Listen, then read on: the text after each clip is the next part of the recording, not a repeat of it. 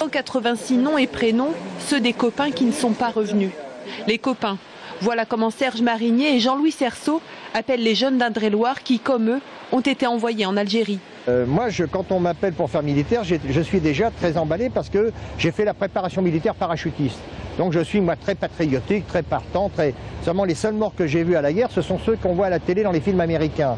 Et je dois vous dire que la première fois que j'en ai vu un sur le terrain, je me suis tout à fait aperçu qu'il était beaucoup moins beau que ce qu'on voyait à la télé. Hein. Il disait pas « Ah, vive la France, vive la patrie », il disait « Maman, j'ai mal, je veux pas mourir ». On apprenait à faire la guerre, mais on n'a rien appris du tout. Hein. On nous apprenait à tirer, point final. Mais ça, on n'était vraiment pas... Quand on est arrivé en Algérie, on n'était pas préparé pour faire ça. On vous a jamais dit que vous allez faire la guerre? Non. Au bout de 28 mois, Jean-Louis et Serge rentrent en France. Ce qui domine chez l'un comme chez l'autre, c'est le même sentiment, l'incompréhension.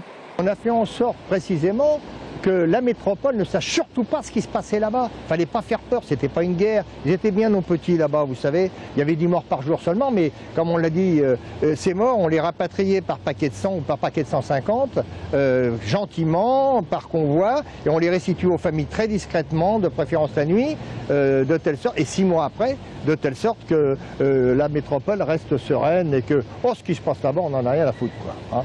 C'est parfois la vie associative qui permettra à ces anciens combattants de penser les blessures, de parler du traumatisme.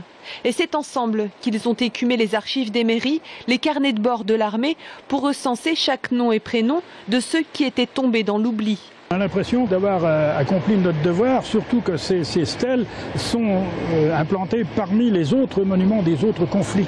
Nos camarades ont tout à fait leur place dans ce jardin du souvenir qui est la place Anatole France. Aujourd'hui, ils ont tout à fait leur place pour la mémoire. Les gens qui vont venir là et qui vont voir ça vont dire qu'est-ce que c'est que tous ces noms uniquement pour la guerre d'Algérie, les combats de Tunisie et du Maroc?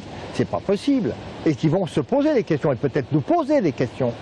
Jeudi, lors de l'inauguration, un 187e nom sera gravé sur la stèle, car au fil des recherches, la liste des morts en Algérie s'allonge.